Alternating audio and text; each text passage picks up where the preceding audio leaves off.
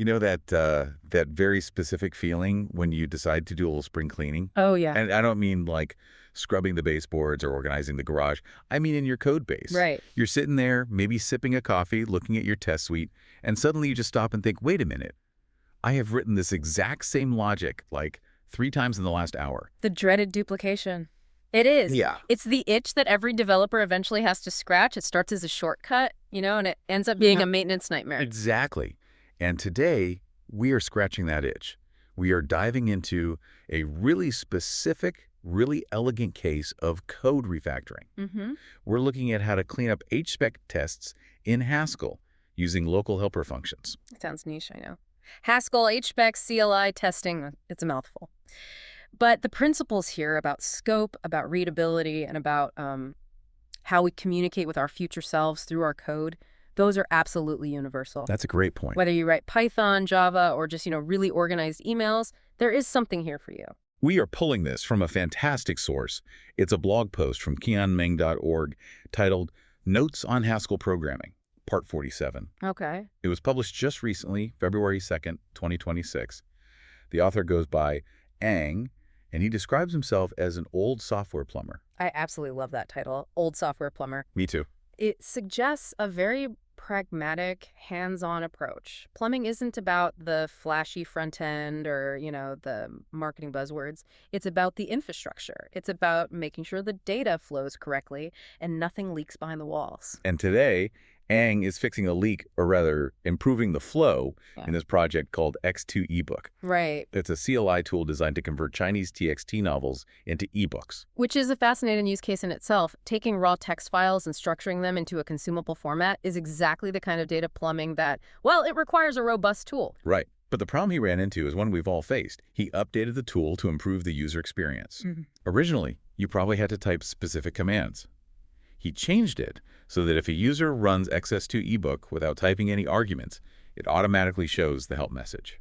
That is a classic usability improvement. If I don't know what to do and I just execute the program, show me the manual. Exactly. Don't just crash and don't just sit there silently blinking a cursor at me. Guide the user. Precisely. It's good design. But here is the rub. Now that the code behaves this way, the tests need to catch up. Mm-hmm. He has 2 distinct scenarios that need to produce the exact same result. The help text. Okay. Scenario 1, Mm-hmm. the user explicitly types help.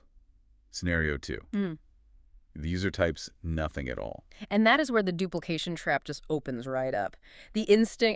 The path of least resistance is often to just copy-paste the test logic. Sure. You think, okay, test A checks for the help string, test B needs to check for the help string. I'll just copy the lines from A to B. And then you have 2 sources of truth, and if you change one, you have to remember to change the other. Yeah. Ang wanted to avoid that mess entirely. But before we get to the solution he built, let's talk about the setup. Because there is a specific detail in his imports that caught my eye. I think it speaks to the precision of his testing. What's that? He imports something called arg parser prefs. Ah, yes. This is a subtle but critical detail. To understand this, you have to know a little bit about parser, which is the library he's likely using for command line arguments. Okay. Standard Hspec tests for this library often use something called default prefs. Okay, so default prefs is exactly what it sounds like, the vanilla out-of-the-box settings. Correct. It's the standard behavior. And he uses that for the explicit help flag test because that's a standard interaction. Right. But for the no arguments test, he switches to arg parser prefs. This tells us that his project, X2 eBook, has custom preferences defined for how it handles parsing. So he has customized the way the tool interprets input, and he needs to make sure the test uses those specific custom rules, not the defaults. Exactly. This is about test fidelity. If he used default prefs for the empty argument test, it probably wouldn't trigger the help message in the way he actually implemented it in the main application.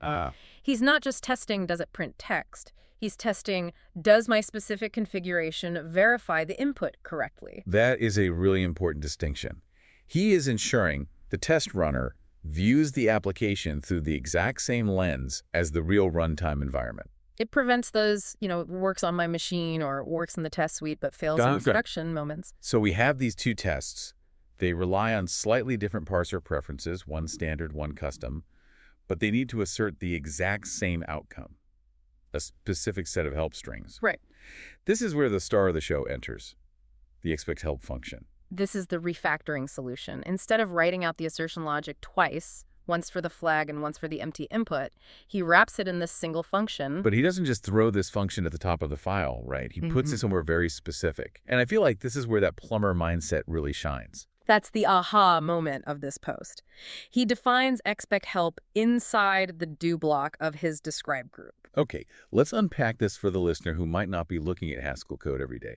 Usually in many languages, you see helper functions defined at the top level, or maybe in its separate utils file. Sure. But he stuck it right in the middle of the test script. Yes. In Haskell, and specifically in Hspec testing, the structure is hierarchical. You have describe blocks that group tests together. Within that block, Ang uses the let keyword to define a binding a function locally. So it's like putting a specialized tool in a specific drawer right next to the machine it fixes instead of leaving it on the kitchen counter. That is a perfect analogy. By putting it inside the describe CLI arguments block, he is scoping it. Right. If he had other test groups in this file, maybe testing the Chinese text conversion logic itself, they wouldn't see expect help. And they shouldn't, because expect help is only relevant to the CLI arguments. That keeps the global namespace clean. You aren't polluting the rest of your suite with functions that don't belong there. Exactly. It reduces cognitive load. If I'm reading the conversion test later, I don't need to wonder what expect help does because it doesn't exist in that context. Now talk to me about the let keyword itself. The source mentions that let informs the compiler that a local binding is being created. How is that different from just, writing code? It distinguishes the definition from executable code. In a Haskell do block, you're usually listing actions. Run this, then check that. Okay. But let says, hold on, pause the action. I'm just giving a name to some logic here. I'm not running it yet. It's essential for defining that helper function inline without executing it immediately. So let's look at what expect help actually does. He's created this scoped tool. What is the logic he's encapsulating inside it? Okay, so it takes a result as input. That's the result of running the argument parser. And then it uses a case statement, which is Haskell's way of doing pattern matching. Pattern matching is so fundamental to Haskell. It's like a super-powered switch statement. It is the bread and butter. He is matching specifically against a failure. Wait, hold on. He wants the test to result in a failure. That sounds counterintuitive. Usually we want tests to pass, which implies success. In the context of octparse applicative and CLI parsing, showing the help text is technically a parse failure. It means the parser stopped because it couldn't or shouldn't continue to the main program logic. It encountered a request for help or missing arguments. So receiving a failure object is actually the success condition for this specific test. That is a mental twist. If it fails, it works. Yeah. Okay, so he catches this failure object. Then what? He extracts the failure message contained within that object, and he doesn't just check if it's not empty. He runs 3 specific checks. Okay. He wants to see usage, the access2 book. He wants to see the command show this help text, and he wants to see the description, a tool to convert Chinese TXT novel to ebooks. He's checking for all 3. That seems rigorous. It is, and this is why the helper function is so valuable.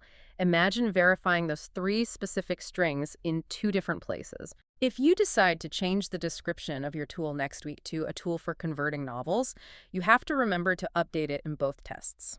If you miss one, your tests start failing for the wrong reasons. Right, you get test drift. Exactly. Now, he only updates it in expect help. It's the single source of truth principle. That makes total sense. And there's a catch-all at the end of the function too, right? What happens if the parser doesn't fail? Right. If the pattern match finds anything other than a failure, meaning the parser somehow accepted the input and tried to run the program, he calls expectation failure. The parser should have returned a help failure message. Exactly. If the parser works normally, the test fails. It ensures that no arguments doesn't accidentally trigger some default behavior of the program. It must show help. Now here's where it gets really interesting for me. We need to talk about type signatures. Because there is a bit of a philosophical debate happening in this code snippet, hidden in plain sight. There is. It's the tension between Haskell's powerful type inference and the human need for clarity. So, standard practice in Haskell. Usually, if you are writing a local binding like this, you don't bother writing out the type signature, right? The compiler is smart enough to figure it out. That's right. Haskell has global type inference. If you write x equals 5, Haskell knows x is a number. You don't have to tell it this is an integer. Right. This is usually seen as a feature to reduce clutter. You keep the code concise, focus on the logic, and let the compiler handle the bookkeeping. But Ang, our old software plumber, decides to break that convention. He does. He explicitly writes, expect help. Parser results his expectation. Even though he didn't have to. Even though he didn't have to. And he acknowledges the irony in the post. He says, it's somewhat ironic that a statically typed language encourages omitting signatures. But for a substantial function like expect help, explicitly defining the type helps prevent confusion. Prevents confusion. That feels like the plumber mindset kicking in again. He's labeling the pipes. It is. He's thinking about maintainability. He mentions that this function might expand over time. When you come back to this code in 6 months or 2 years, or if a new contributor joins the project, that type signature is immediate documentation. You don't have to parse the code in your head to figure out what goes in and what comes out. Exactly. You just read the signature. Okay, it takes a parser result and returns an expectation. Boom, done. So simple. If you rely on inference, you have to read the function body, look at what it calls, and mentally reconstruct the types. That is cognitive load. It's kindness to your future self.